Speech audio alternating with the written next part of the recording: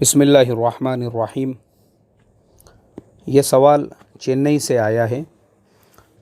میں چنئی سے ہوں، مجھے ایک مسئلہ معلوم ہونا ہے، کیا شریعت میں پارشین کیٹ یعنی بلی سیلز کر سکتے ہیں کیا؟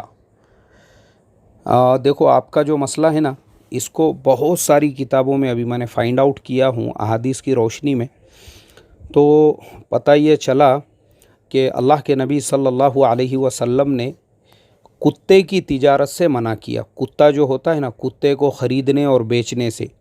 باقی بلی جو ہے، چونکہ بلی جو ہے، خود حضرت ابو ہریرہ رضی اللہ تعالیٰ عنہ کے بارے میں بھی ابھی پڑھنے کے لیے ملا کہ بہت بڑی تعداد میں بلیاں ان کے اطراف میں گھوما کرتی تھی، اسی لیے ان کو ابو ہریرہ کہا جاتا ہے۔ اور کئی مفتیان کے فتاوے میں نے دیکھا، انٹرنیشنل فتاوے، مفتیان ساؤتھ افریقہ وغیرہ کے، تو انہوں نے اس کے جواز کی اجازت دی ہے، مطلب اس کو جائز لکھا ہے اللہ کے نبی کی احادیث کی روشنی میں۔ تو اس سے پتہ چلا کہ پارشین کیٹس جو ہے وہ آپ اس کی خرید و فروخت کر سکتے ہیں۔ واللہ اعلم بالصواب۔